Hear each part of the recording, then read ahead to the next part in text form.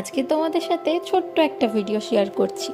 আজকে সকালবেলায় ঘুম থেকে উঠে সবার আগে বিছানাটাকে পরিষ্কার করে নিলাম। এটা সবারই ঘরের প্রথম কাজই বিছানা পরিষ্কার করা। তো আমিও ফার্স্টে বিছানা পরিষ্কার করে চলে আসলাম ব্রাশ করতে। আজকে লেট হয়ে গেছে অনেকটাই উঠতে, তো পুচুকে ওর কাকের কাছে দিয়ে আমি চলে গেলাম ব্রাশ করতে। ব্রাশ করে এসে আমি পাস্তা বানিয়ে নিলাম। তো পাস্তা বানাতে গিয়ে দেখছি পুচু ঘুমিয়ে গেছে, তো ওকে ফার্স্টে শুয়ে দিয়ে তারপর আমি খেতে বসে পড়লাম। তো মোটামুটি ভালো হয়েছিল, অতটাও ভালো বানাতে পারি না। তারপরে পুচু ঘুম থেকে উঠে পড়েছে, আমারও শাওয়ানো হয়ে গেছে, ওকে দুধ খাইয়ে তেল মাখাচ্ছিলাম। যেহেতু এখন শীতকাল, এখন তো সব থেকে বেশি তেল মাখানোটা দরকার।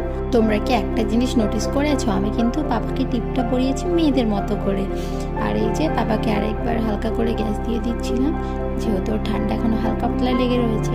এই যে পাপা আর আমি খেলছিলাম। তো আজকের ছোট্ট ভিডিওটা তোমাদের কেমন লাগলো অবশ্যই কমেন্টে জানিও। Thank you so much, bye by.